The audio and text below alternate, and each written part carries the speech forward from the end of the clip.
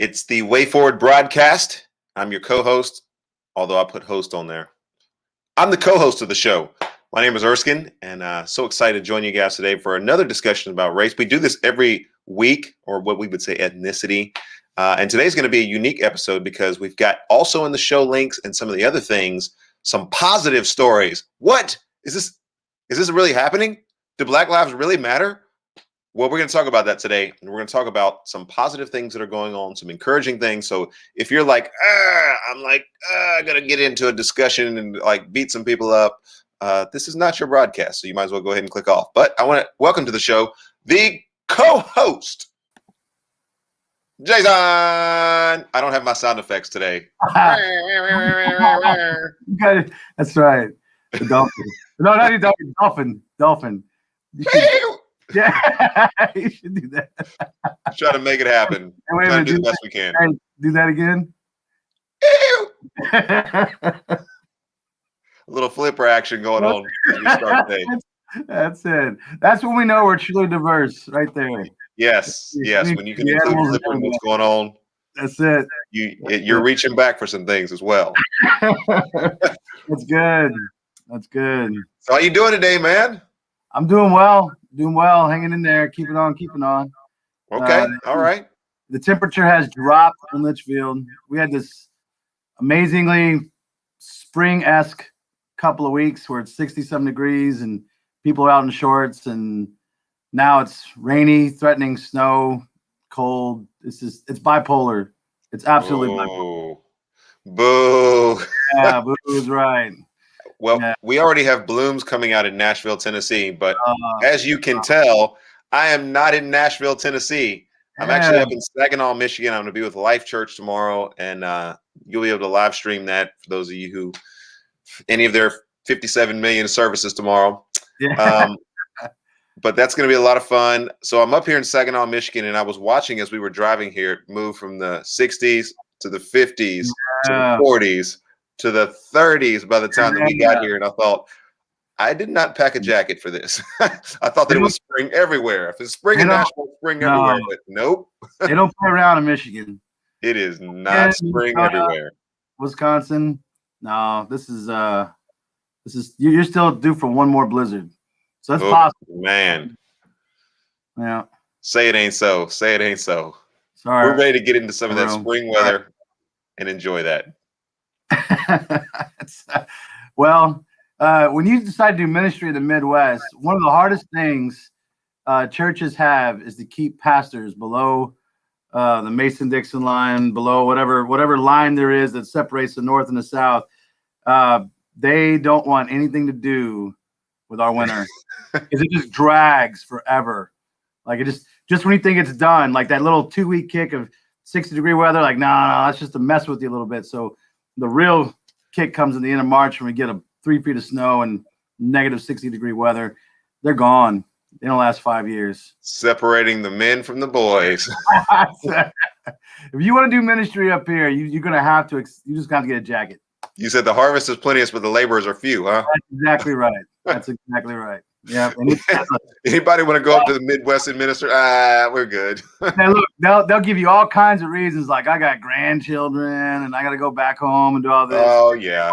We know it's the weather. There's some kind of embarrassing stat that I've seen out there that is like 80%, 75 to 80% of ministers live within an hour of their wife's parents. Yeah. I don't know how. I don't know how Homeland Black conscience is happening.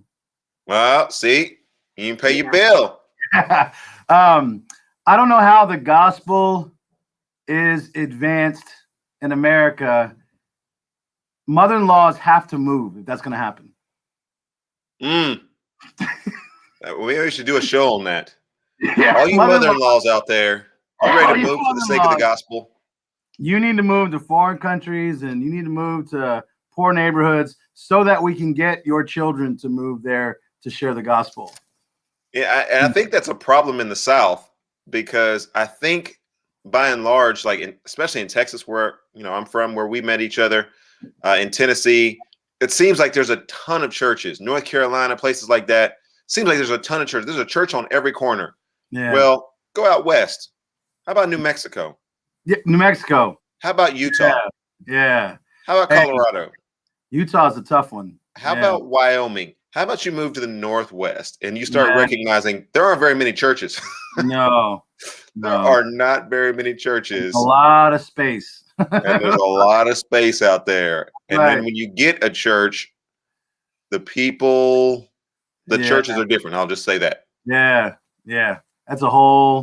That's pioneer, David Brainerd-ish type mission work out there. Which is kind of funny because we can do a whole episode talking about the church, but we chop it up because in the South, there's a lot of people who don't move down there if they're used to cold weather because we're going to bring that heat, baby.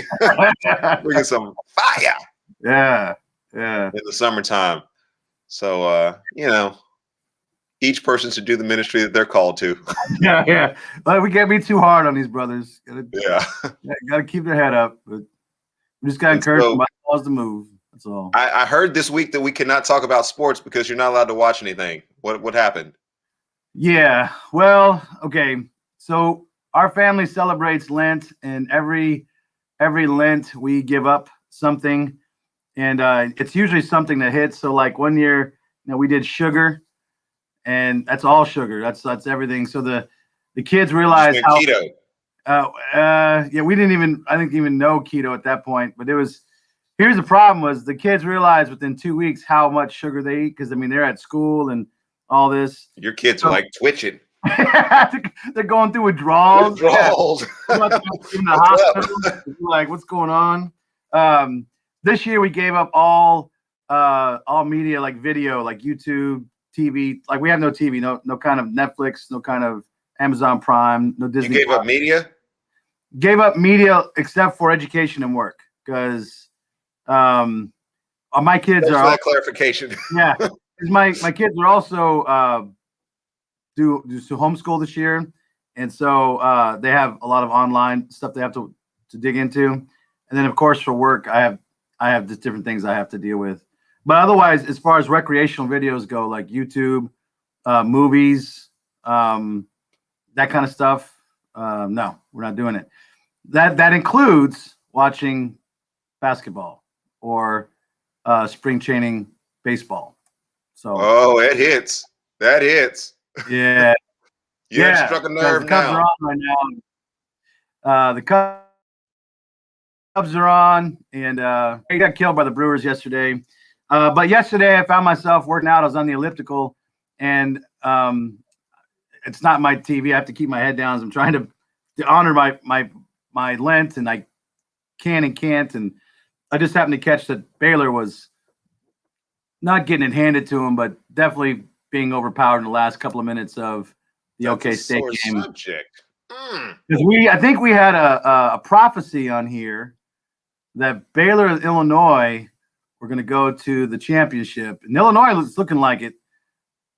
Baylor, I don't know. That young man. Folks in Texas are going to be upset with me. That's the kiss of death right there. Once I predict a team is going to win the championship or a president is going to win an election, you're done. Yeah. So the Republicans are like, stay away from predicting elections. That's right. I'm sure I'll get a message from Ted Cruz any day now. That's can you not predict any Republican victories anymore? Yeah. We seem to not do so well when that happens. No. So yeah, I'm kind of hands off of that until Easter. But I get stats. I can still look up, baseball. And this is clearly educational because what people have learned thus far from watching us is that we know a lot about nothing. That's right. We are masters of the everything of nothing. So it's good. Yeah, the art of. And so I don't know, Jason, sing us a song or something. This is feeling foreign to me. I need to dial up some sound effects or something. You need to get Justin at the side, just like make sounds for you. Dude, we can involve our kids in the show. My kids will do it. Abigail will do it. She'll jump in here and make some kind of sound. The kids are on assignment right now, and they're having fun. Good. And they're not having fun in here where it's loud. And so we're gonna let that lie right there, and we're gonna do our show. All right. And enjoy ourselves today. We're going to jump into a topic today where we're essentially talking about race, which we do every week. That's no surprise. Come on, here you go, Jason and Erskin. But we're going to talk about some positive stories that are out there and some things you probably, because it's hard for us to find, you probably haven't found or heard these stories. And Jason, you and I, we probably talked about 3 hours yesterday all together with meetings that we had and different things that we were talking about, ministry, show planning.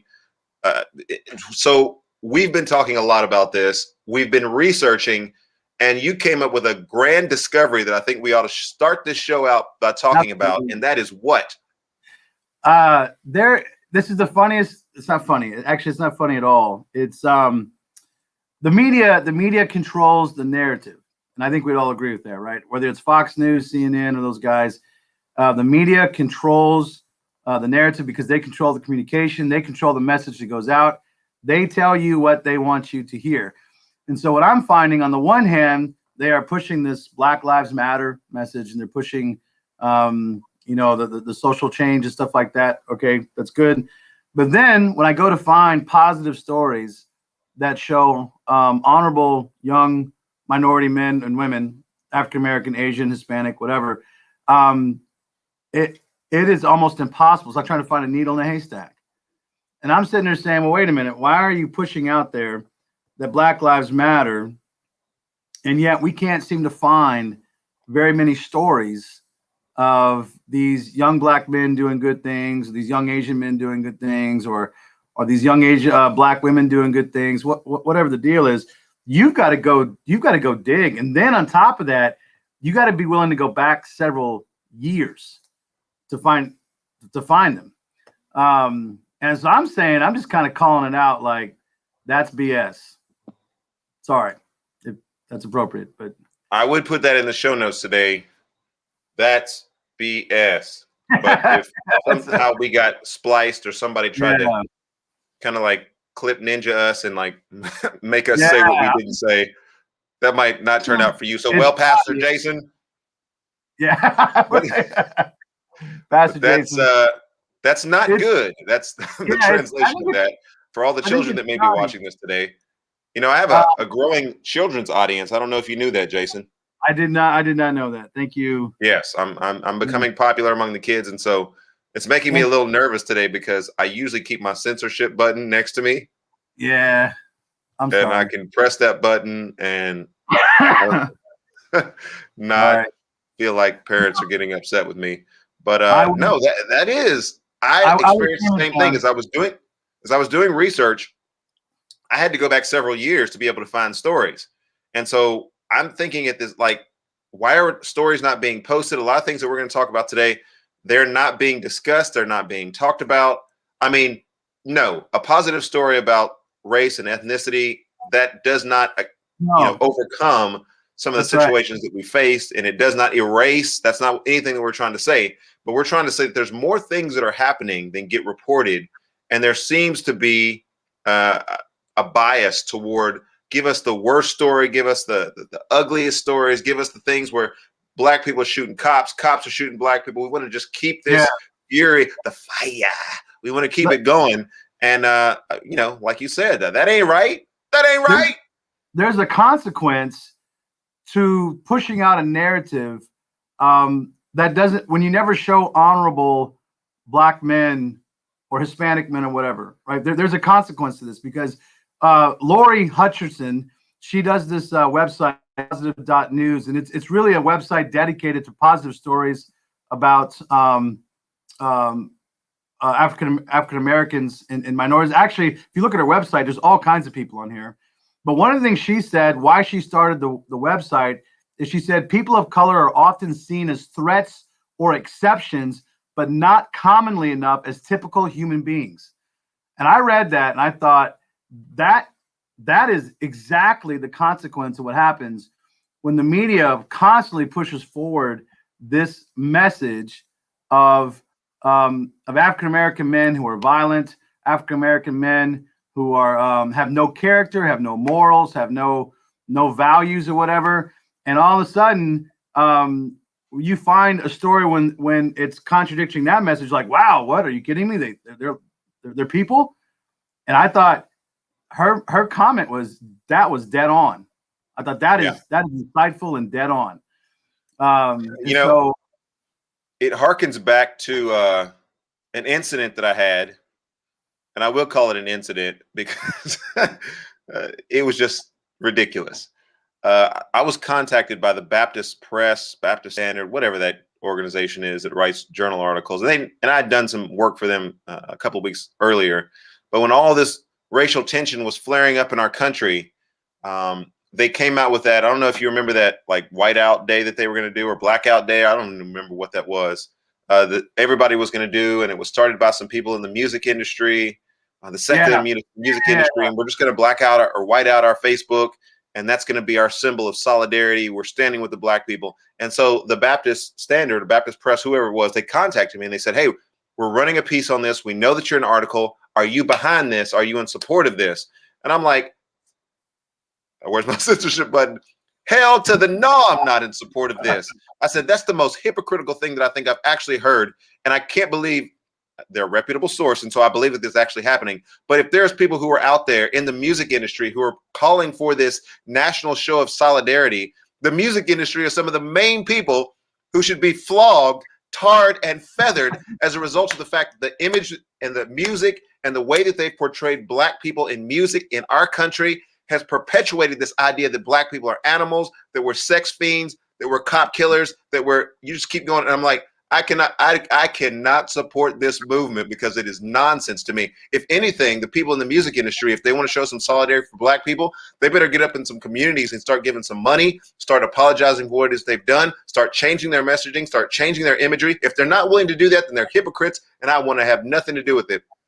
The Baptist Standard called me back an hour later and said, you know what? The movement is falling apart, and they just can't get enough support for it, and it doesn't look like that's going to happen. And I said, here's the problem, Baptists. They can't signal any virtue because they don't have any virtue. You have to be honorable people pointing in some direction of something honorable and be known as such to virtue signal. That's why they couldn't do it. Anyway, I don't think I have an opinion about that, so I'll just give the show over to you at this point. Yeah, I think you were doing just fine. Sorry, I still get worked up. That's why I call it an incident. We talked about this yesterday. There are things that, should I say, you were privileged to say that I'm not privileged, black privilege. Let's put that on the show. that I am not able to say where it won't be received well, and so I hand that over to you and let you take it. But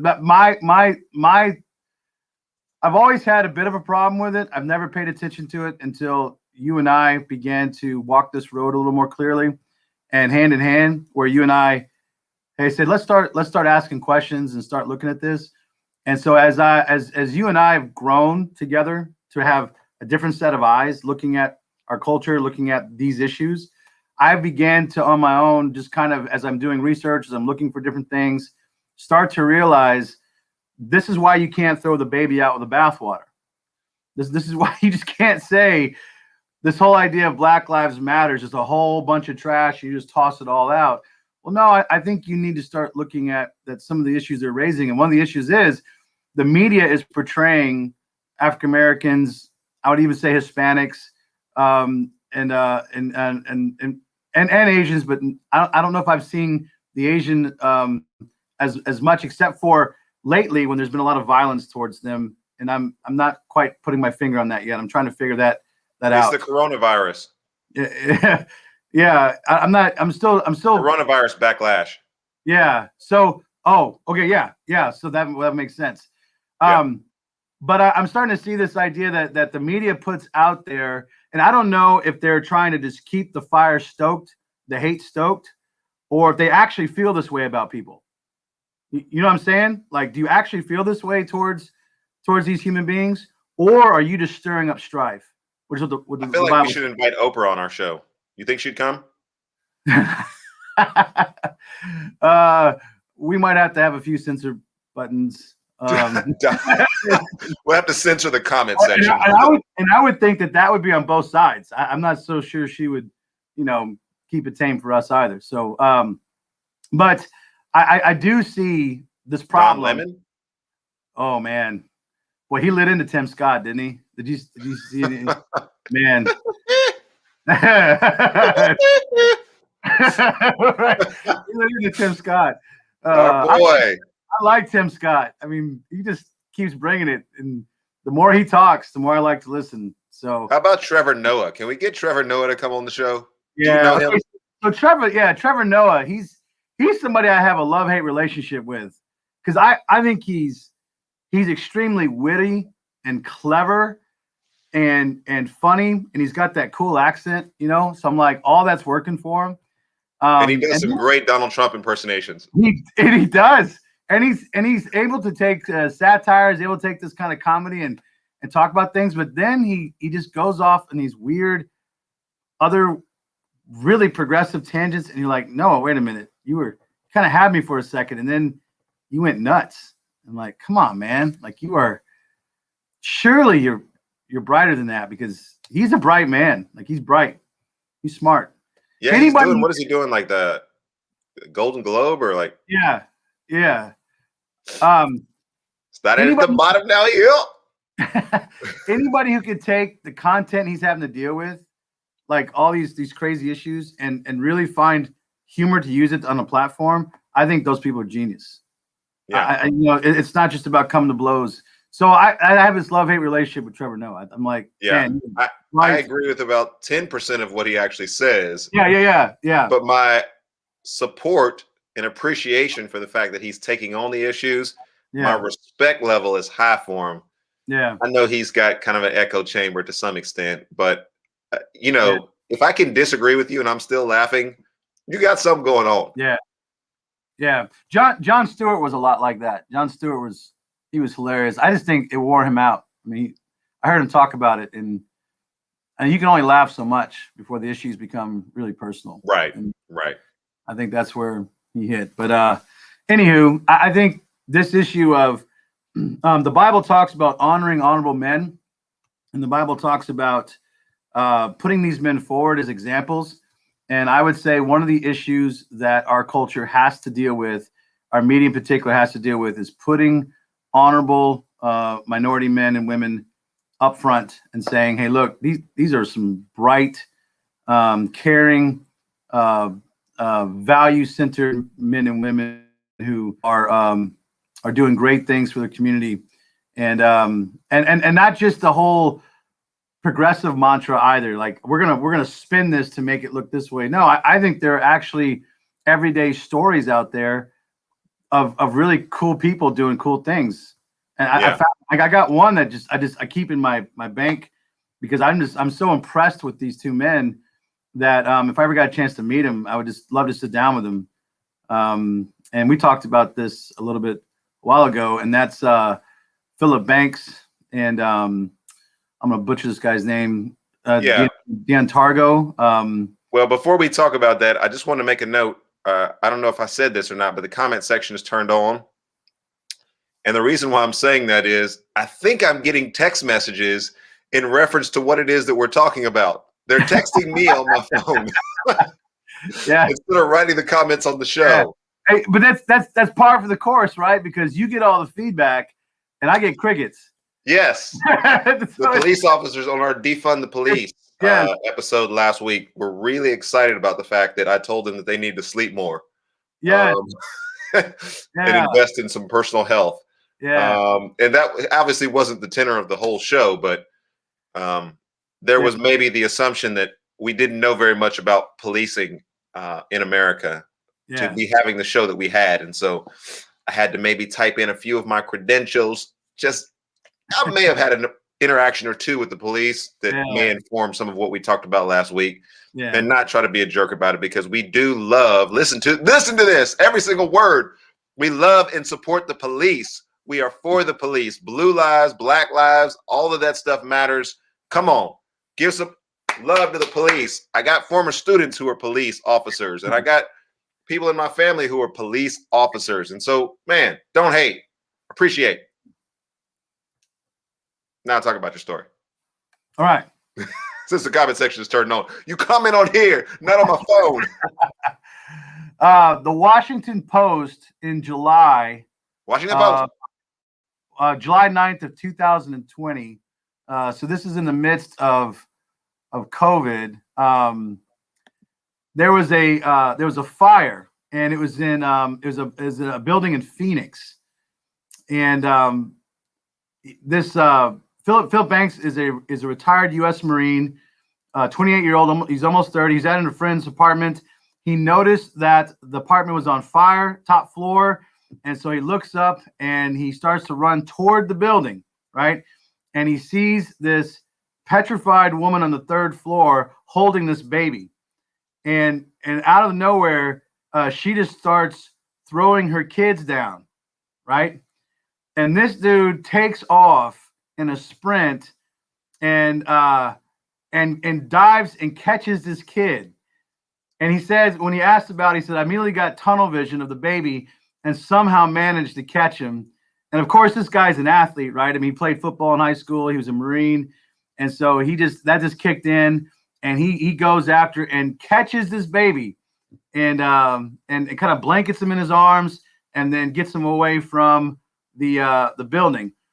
Well, then he DeAndre Hopkins the baby. Huh? He DeAndre Hopkins the baby. Yeah. I mean, it is phenomenal, right? And then this other gentleman sees the building and realizes there's other kids in the building, and it's Erskin Alexander. He's a 42-year-old guy who works as a barber who's close by, and he runs into the building and goes and grabs this 8-year-old and gets the 8-year-old out while he takes on some burns himself, and then the mother unfortunately passes away. She goes back in to find her kids and doesn't come out. But these two men, I mean, you want to talk about honorable, you want to talk about high character, you want to talk about value, you want to talk about loving your neighbor, you want to talk about men that I want my kids to be around. These are the men. These are the men right here. I mean, that you run into a burning building to save a life, and I can't tell, but I think the lady was either Caucasian or maybe Hispanic. It didn't matter at that moment. It didn't matter. All that mattered was those men, those African-American men, they saw children perishing and they did something about it. You know what? I'm going to have to, that is such an awesome story. I remember you shared that story with me the first time. Against all of my convictions here, I'm trying to prop up my computer here, and I'm just going to have to replace this book here with the Book of Mormon. Because, you have those in hotels. I got the Gideons. The Gideons are supporting me here with the Book of Mormon, because I got to get some sound effects going up in this thing, because that was awesome. Yeah. You can check out the story in the Washington Post, July 9th, 2020. I don't know if we can get the link on our notes, but I am constantly, Erskin can probably testify to this, but I search different news articles. I always send him all kinds of crazy stuff. And I came across this and immediately like, boom, you got to check this out, man. This was cool. Amazing. Yeah. Amazing. Yeah.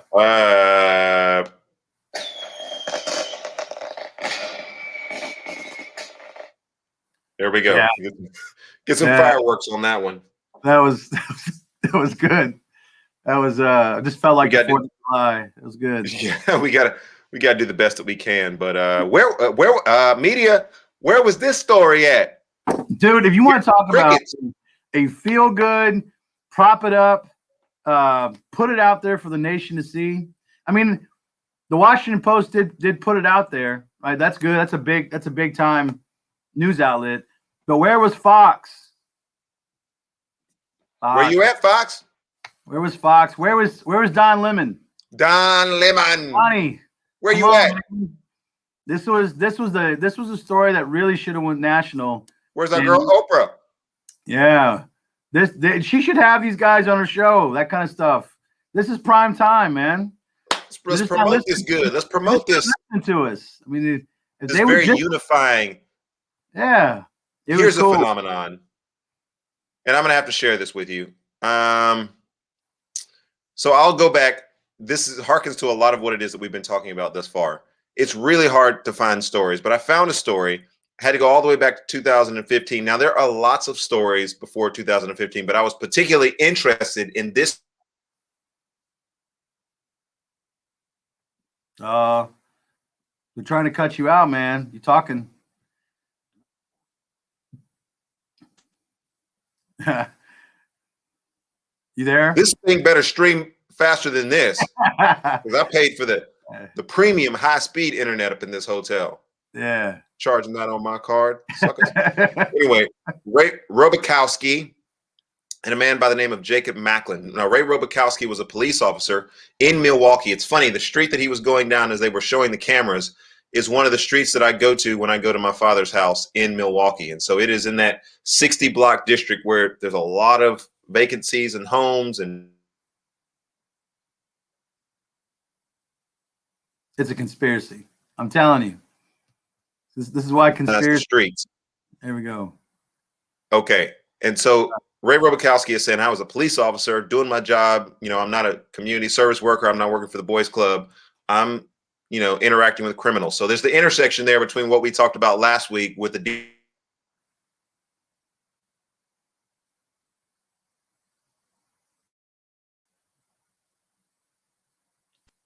not your prime job in the world to play patty cake with people. You got to actually address crime in our world and sin.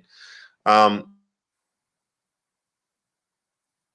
many times. Well, the story goes on to talk about the fact that Jacob Maklin comes to a turning point in his life. He begins to turn his life around, and he looks for help and support getting a job. One of the jobs that is offered to him because Ray Robikowski knows him. He gets him involved in this work program, gets him involved with jobs, and it shows by the end of it. I won't give it all away because you got to see the incredible transformation. Jacob Maklin is this hardcore drug dealer in Milwaukee who's been arrested a number of times. Life is going the wrong direction. They begin to interact with one another in a very positive manner. Ray gets him a job. His life further begins to turn around. He's an advocate for kids. He's helping people out now. And it shows this sort of the end of it and this relationship between them that they have. And he just, I mean, it is incredible. It almost brings you to tears watching Jacob Maklin, this former drug dealer, look at this police officer and say, I'm just so thankful. I'm so thankful. I'm so thankful that he was there, that he did some of the hard things that he did, and that he's, you know, helped me out in my life. And it is a touching story. If you get a chance to click on that YouTube link that's in our show notes today, it is a real story. But like you were saying, Jason, why we got to go back to 2015 to find that story? Yeah. I mean, I know there are more stories that are out there. And if you guys have stories, put those in the, well, no, I don't, probably shouldn't tell people to put those in the show note links because I don't know what kind of videos you guys be putting up in the thing. But yeah, reach out to us, point us in the right direction. If you know of a plethora of stories, but I want to imagine that you probably don't have a plethora of stories because they're hard to find. And here's the other thing with that is, you know, honorable men are heroes like Philip Banks and these police officers, but honorable men are also guys who just who do the mundane, who work, take care of their family, take care of things, give back to their community. And I found the story, another New Jersey plumber.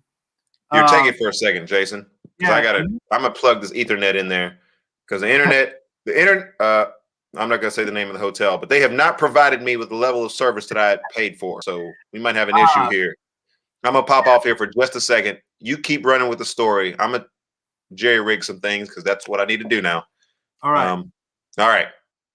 So, like I was saying, honorable men are not just those who do the extraordinary hero things, but honorable men are also men who start to invest in their families, in their communities, in their churches, and they start to see a bigger picture of community. And one of the things I was impressed with was a New Jersey plumber drives 22 hours to help Texas storm victims. So you guys know a while back ago, Texas was hit with a crazy ice storm and knocked out all kinds of power and messed with people's pipes and things like that.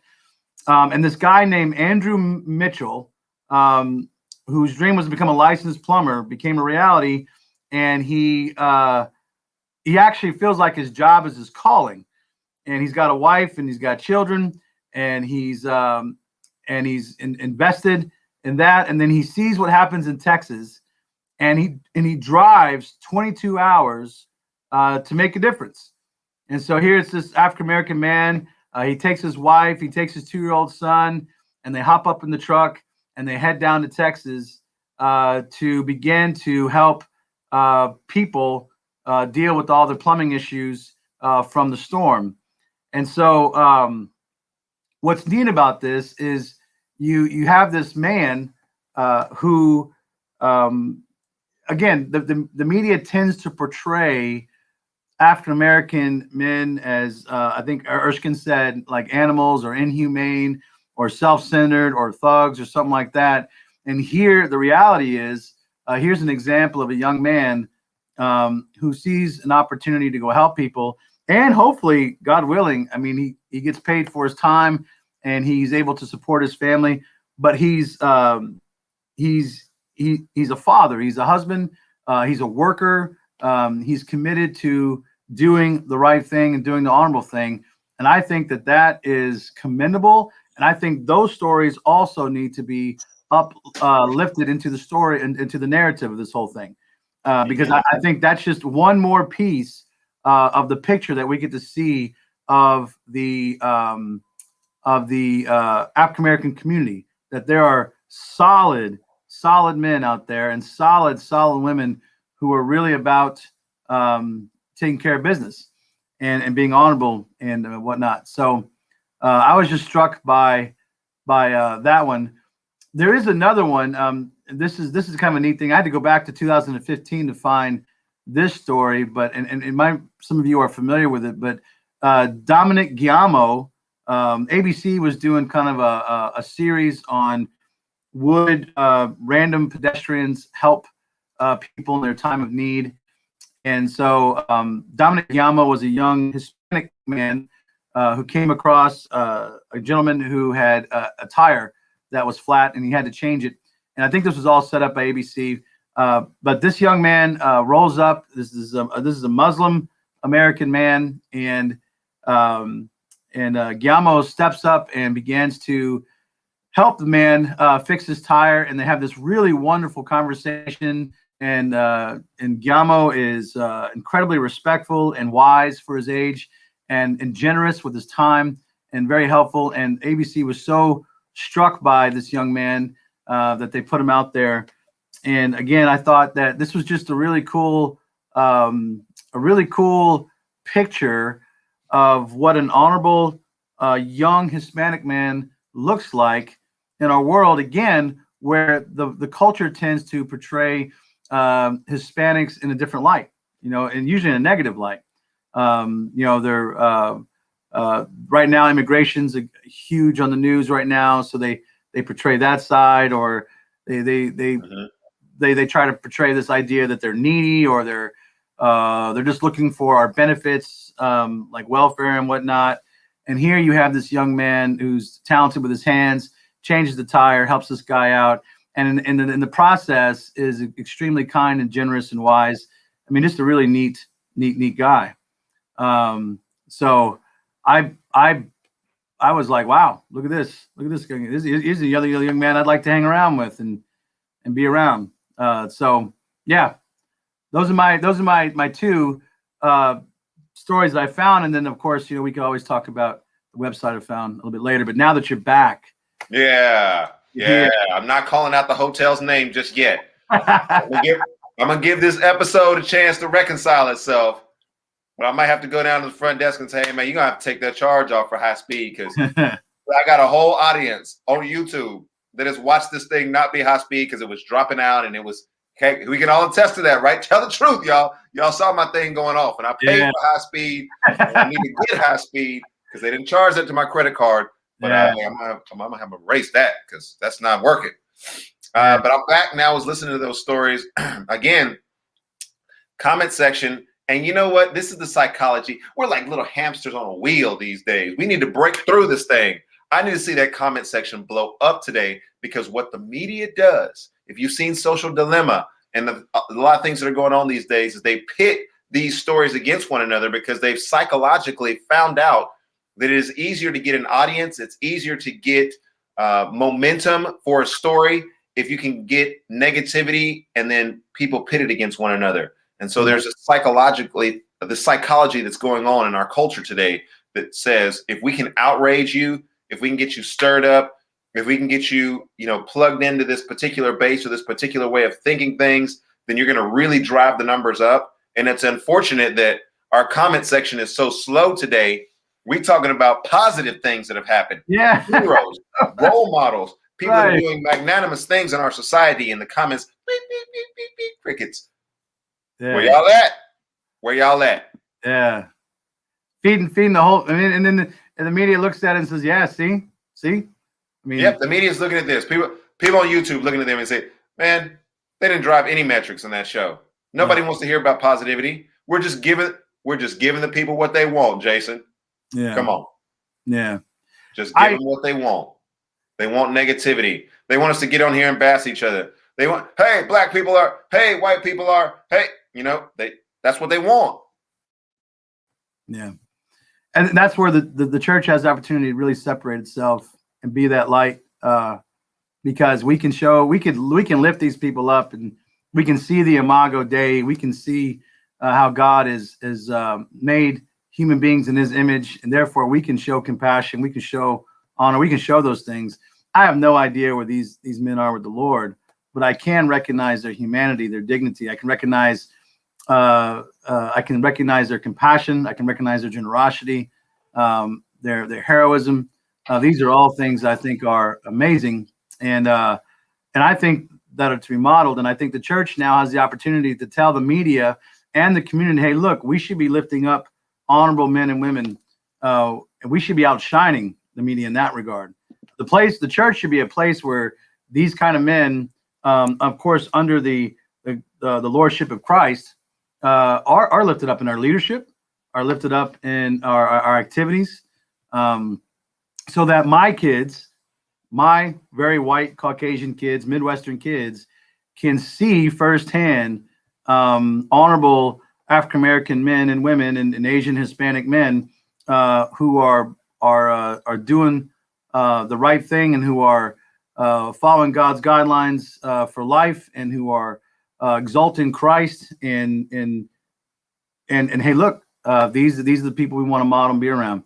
So and these are the people we want to produce in our society, in our communities. This is it. Drive the conversation a little bit deeper. This is like a steak, man. We're just driving it in the heart of the media.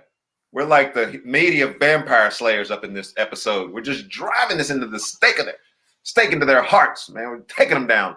But I had a great conversation with a concerned homeschool mom this last week, who hopefully at some point will be watching this show or go back and reference the show. I'd made mention of the fact these are a lot of the areas that she's been studying and thinking about how as a homeschool mom, she can best or better educate her kids so that they grow up in a world where they're not subject to the perceptions of the media in reference to other ethnicities.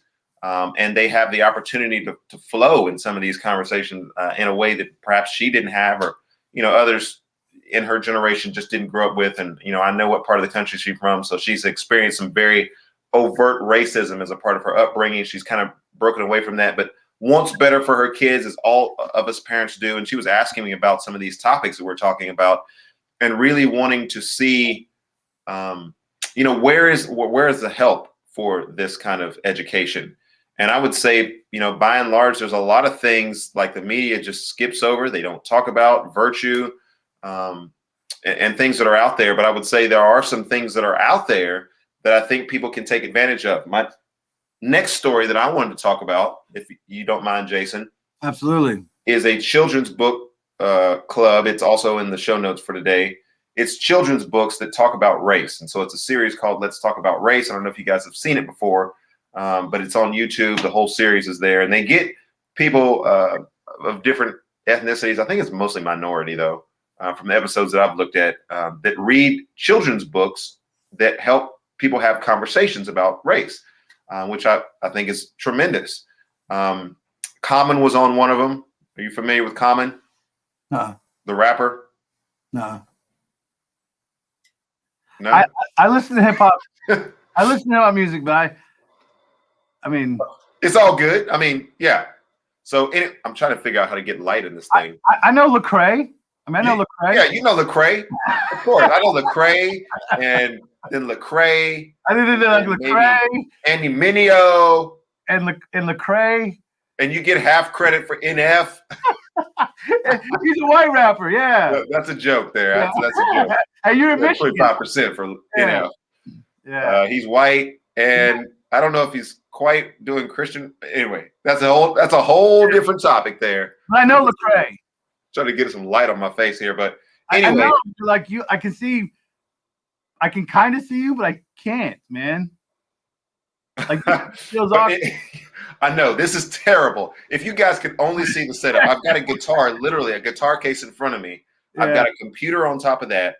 I'm looking into the screen that has my phone. Like my computer is somewhere else because now it's got to be tethered to the Ethernet here because of this crummy stream that they gave me, and I paid $4.95 for a day. Okay, anyway, calm down, Erskin. Anyway, what I was saying is Kamaro Brown is the episode that I put on the show notes today, but it surprises me, Jason.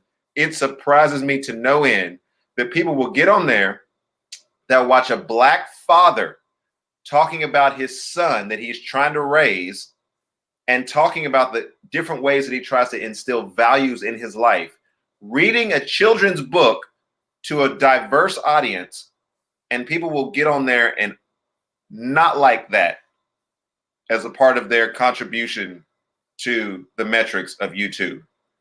Really? What kind of person do you have to be in this discussion? Was it they didn't like the lighting? Was it they didn't like the backdrop that he was in?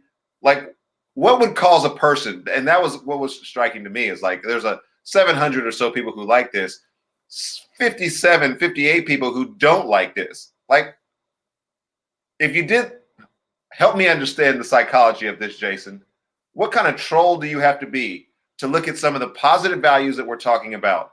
You know, because people always throw up in my face, you know what? We wouldn't have as many problems as we do if we had black fathers in homes. Now we can do a whole episode on that, but I've heard that before, and that's out there. Okay, so that's in the show notes. That's there. When we do have black fathers who are taking responsibility, who are educating their kids, who are educating the next generation, what kind of troll do you have to be to get on there and not like that? Yeah, I don't even think you're even part of the discussion at that point. That's not a discussion. You are not the way forward. No, that's not. That's just that stirring up of strife. That's that constant wanting to. I can see if it was one or two people, because there's some people. Obviously, you know this in pastoral ministry. There's some people who don't even like people. Yeah. And you realize, oh, they just don't like any people. They don't even like themselves. They're kind of upset that they're a person. Yeah. And so you come across those folks in ministry, but at the same time, how are there so many people that are haters in this society? Yeah. Yeah. I don't even have time for that. I mean, I maybe should be a little more patient with it, but I just don't have time for that. That's Did Jason freeze? That's not even that's not a discussion. That's not even a discussion. That's just an agenda to continue to tear down anything that you see this in the Bible. Anything that God tries to build up and advance his kingdom, there's always something tearing at it. And I feel like that's the same kind of force, same kind of wickedness. So my kids just came back in the hotel room, and when I first started doing live streaming, my son, who is very honest with me, he said, "Dad, that was the worst show I think I've ever heard. Why are you doing this?" That was episode 1, not of this season, but last season. It wasn't the way forward. It was the Erskin Music Show. So why are you doing that? He's like, "Your show is horrible." My goodness. He just came in, and they're occupying themselves and having fun and not messing up the show by having fun in here and wrestling and doing all the different stuff. But he just came in. He's like, because they're in the stream, they can hear what's going on here, so they're listening to the show, and I can actually kind of see them at the screen where they're at. So kind of responsible parenting. Well, I can't quite see them, but I don't know where they're at right now. But they're listening to the show, and they just came in. They're like, "Dad, your show's actually pretty good." And I'm thinking to myself, this is the worst possible show that you could have because the lighting is all wrong. Yeah. I've got a guitar case, a computer. There's another computer over there offset, and I'm trying to do the show note. This is a comedy of errors going on right here. And we're still managing to talk about some positive stories because we believe so much in these positive stories that we have to do this episode no matter what. Poor Ethernet, unjust. See, there's an injustice that's going on here today, Justin. Or Jason, excuse me. Talking about Justin. Yeah. Jason, there's an injustice here. I have paid for internet, high-speed internet, charged it to my card. And what are we getting? Nothing. Nothing. Absolutely nothing. It's the man. The man is getting you down. The man. Hey, hang in there. The man. Keep it. Anyway, Scott had some insightful comments. Man, you are doing acrobatic gymnastics. So we're a positive story. There we go. We're the positive story. Positive story. That's good. There is a resource. I think that, that of course we want to end on the church and moving forward, and I think we can get there. But there is let's do that. Let's turn the corner and let's let this last segment be about the church and how the church and God's people move forward. Let's do it. Just before we get into that lane, there is something I think that's worth looking at. That Lori Hutchinson I quoted earlier has put out a website called positive.news, and it's devoted to finding stories or putting out stories about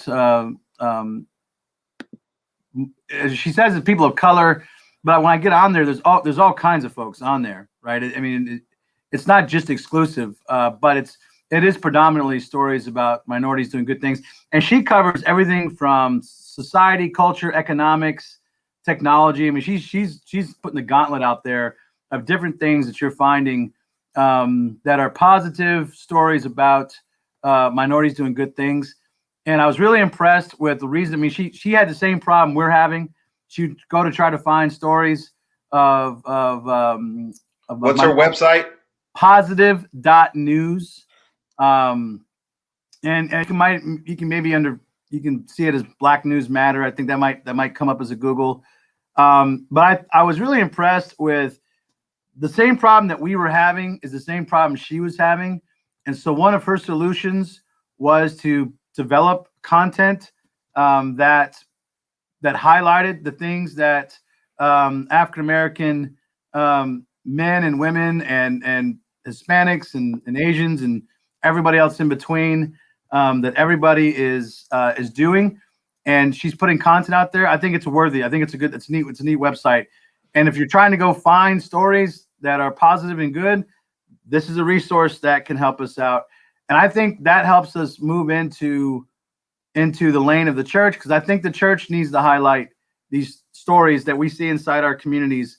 Hopefully, God willing, you and I are going to be able to go chat with some pastors in April, and we're going to be able to see what they're doing. I think it'd be cool to highlight the work that some of these guys are doing, or to ask them, what do you see in your congregation, people who are doing things, and be able to highlight the good things that are happening there. I think the church needs to do a better job of highlighting these men and these women who are advancing the kingdom of God, right, by making much of Christ in their church community and home. And I think we need to, whether it's in our leadership, whether it's in our congregation, we need to be better at making sure, hey, look, this isn't about ethnicity. This is about honoring honorable people, and all honorable people, right? Not just a certain few. And unfortunately, the church has been biased that way. And I think it would be, I would love, nothing would make me happier than to have a very kingdom-oriented, diverse congregation where we could say, look, I want to highlight the kingdom of God by looking out and seeing heaven, so to speak, a taste of heaven in my congregation. Right. And this harkens back to something that we've talked about before, is that I've actually had people tell me before, the reason why we don't quote from a lot of Black authors, Black pastors in our sermons and this is preachers, white preachers who are talking to me, is because there aren't a lot of solid theological brothers that are out there. And I have to put hand in face and go, I don't know.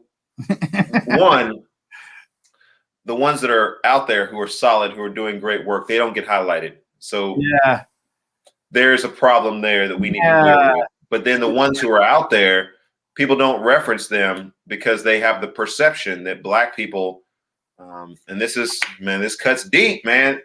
Black people are inferior when it comes to speaking theologically, when it comes to addressing ourselves in the culture, being well thought of, well spoken. And, I think that your hint there, your clue that we should be creating content, if you look at the metrics on YouTube, we're just getting buried. There's just tons of content that's being put up every moment on YouTube. Only a small percentage of that is Christian content. And so if you guys notice, we're streaming this to YouTube because we want to get more Christian content, more positive conversations, more things that are out there. You're asking yourself as a creator and you're watching this, you're asking yourself as a minister, how do I impact the world?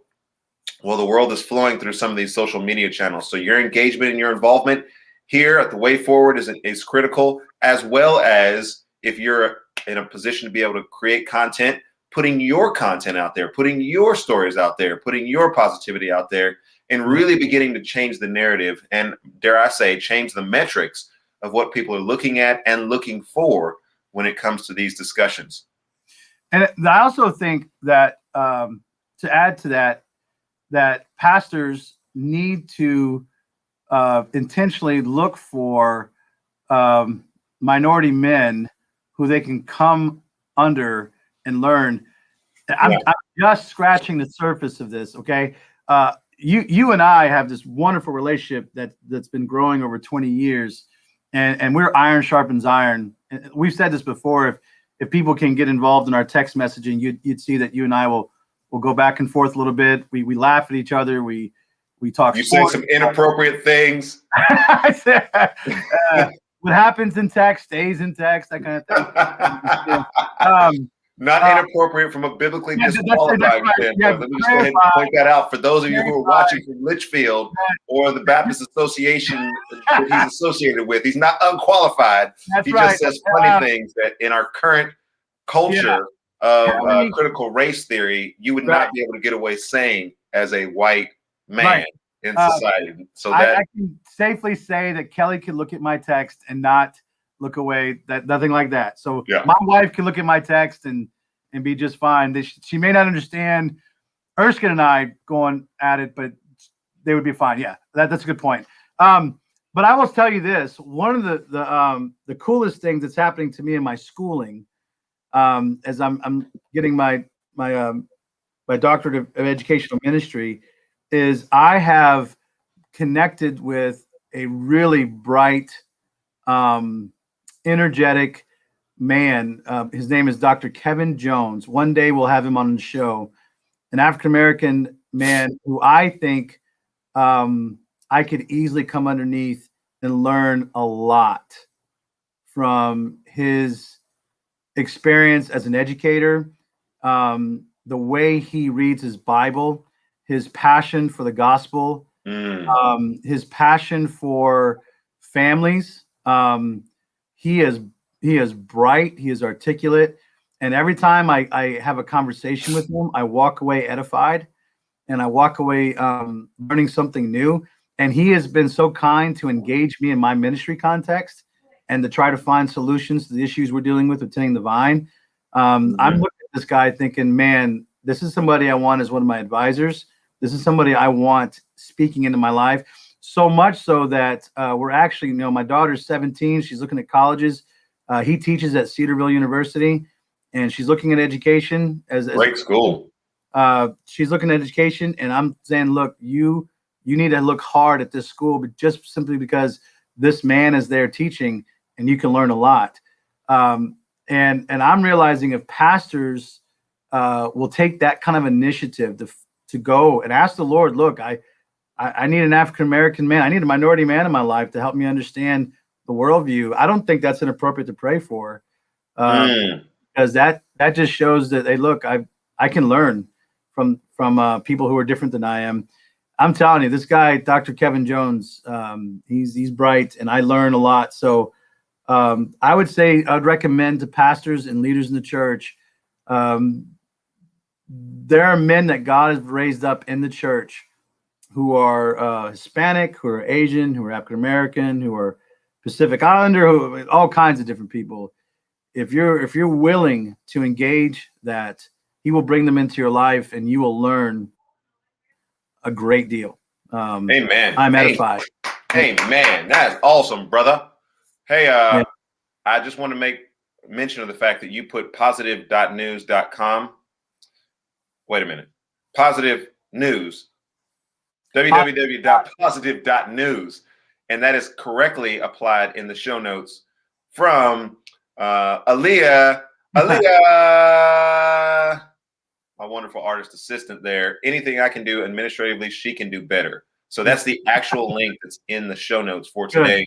For those of you who want to see that and check that out, and we should all be checking that out. But to Jason's point, brother, I want to come back, put another domino on that, and just say for African-American Black pastors who are out there, if you've never been in a mentoring relationship with a white pastor that you could come alongside of, come under even their teaching, their life, then that would be a valuable resource. I think, Jason, if we begin to see that we need these things in our ministry to complete maybe a picture, maybe to be able to do a more profound ministry, we would begin to put more intentionality into some of these relationships. And that's, we did a revival series in Memphis, and that's what we were encouraging pastors to do, to find these relationships with one another and then begin to develop and to grow those relationships so that when the next Rodney King or George Floyd or whatever situation happens, there are these pastors that are able to lock arms in solidarity, and the church is able to remain strong, where the culture just, oh, everybody's going to blow everything up. So that's an important piece as well that Black pastors also associate. Now, I was having a conversation with somebody the other day, and they were talking to me about church planting. And, we recently planted a church, a house church. It's really teeny tiny. It's a micro church, but it is a church.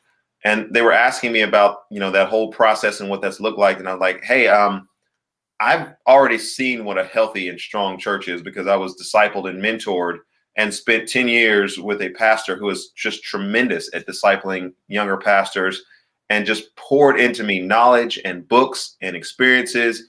And to the good people in Ferris that may be watching this, man, those years of just foundation and growth, I could not be where I'm at today without you guys. And so, having been with a white pastor, I guess for the sake of the discussion here, and one who was able to instill so many positive and wonderful, helpful things in my ministry, I can see where I have benefited from that. And I can easily see where other brothers, young brothers, would benefit from that kind of relationship with a pastor who is of a different ethnicity and, different requisite skills. Yeah. No, amen. And Dave Futrell, your pastor as well. He poured into me. I would be replete. We would run out of time on the show if I just started mentioning names. But yeah, thank you to Dave Futrell as well. Yeah, Dave has mentored me for 20 some odd years. I don't think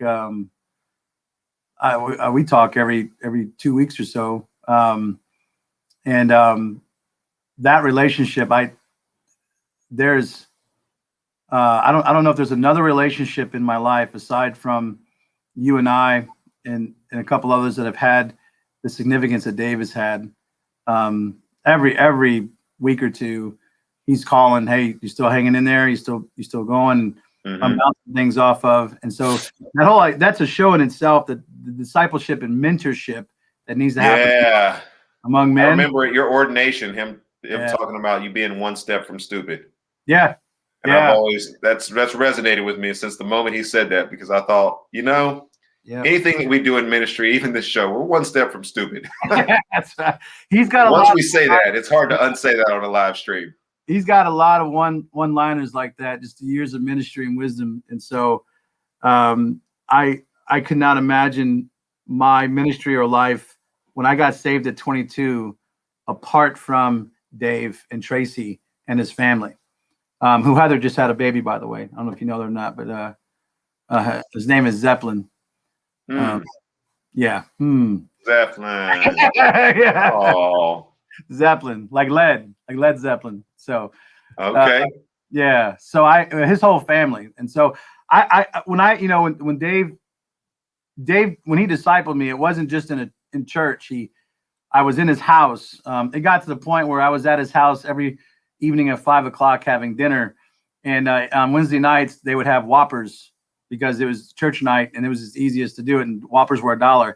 Literally, I'd walk in and they would have a Whopper waiting for me at the table. There you go. To eat. The ministry of food, baby. I got to see that's another episode. I got to see the context of Christian life inside of his home, how he handled his wife, how he handled his children, how his wife handled him, the expectations he set, and different things like that. And I look at that context and that was pivotal in me understanding what it means to be a Christian. Can you imagine what the Black community and white community would be like if we just had that kind of relationship with each other in each other's homes, understanding? The coolest conversation I've had this week was with your aunt. Getting an Marcy, you watching this? Yeah. You made it on the show. Getting not the way you thought. Getting an understanding of how your family communicates and the dynamic and is so different than I can't get a word in edgewise. Well, here's the thing I was telling Stacy about it. I said, in my family, right? If you were to cut somebody off while they're talking, that's rude. You just ain't gonna do it. So if Marcella were to continue talking for an hour straight, and we could, and we would just say, well, she's got to keep talking. Like when I can't say because she's good stuff to say. Yeah, she's she's my senior for starters, so she's older than I am. So that automatically tells me to be quiet.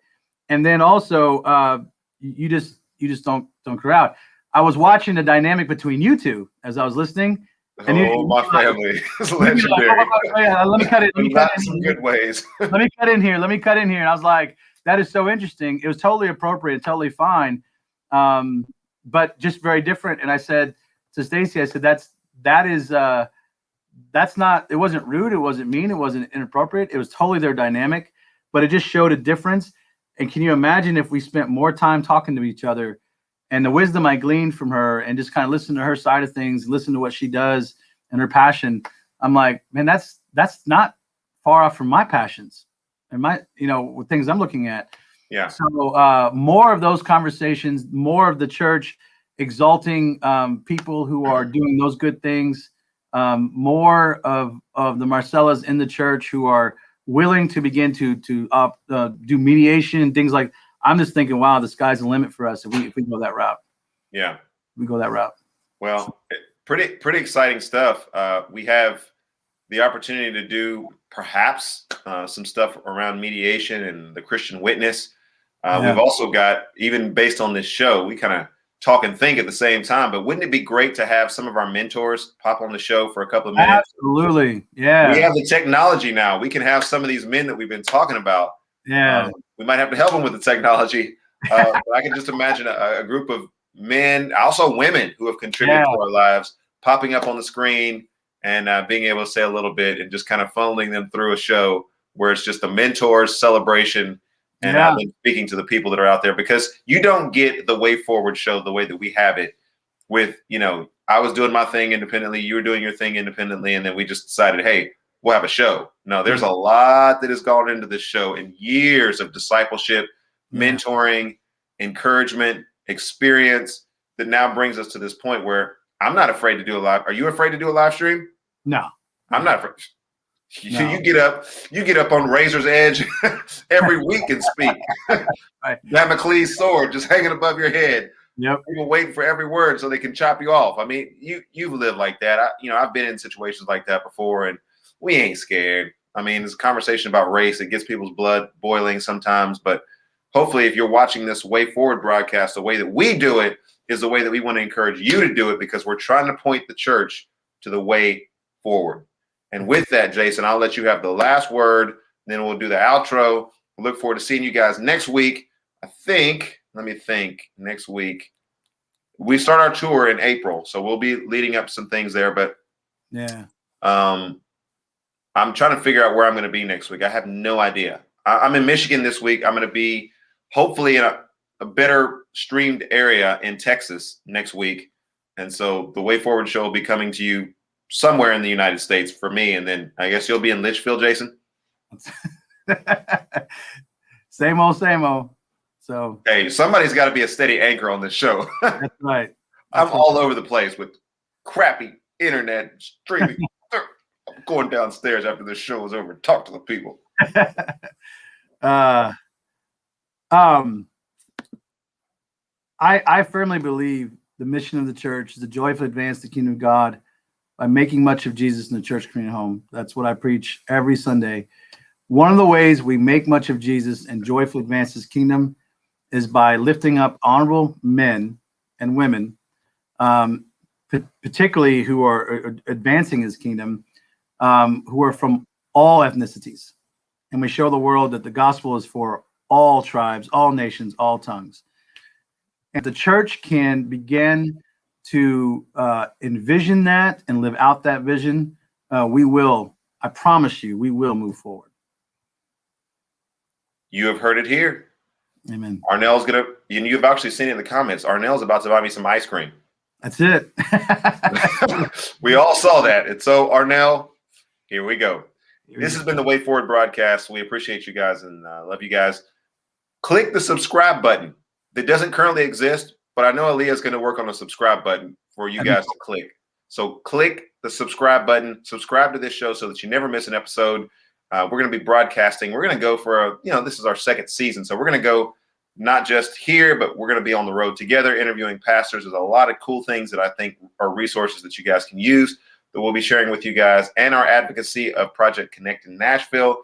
We'll be having special guests that come on from time to time. You won't want to miss an episode. So subscribe to The Way Forward. And if you are just bored and just have extra time, the Erskin Music Show as well. This has been The Way Forward.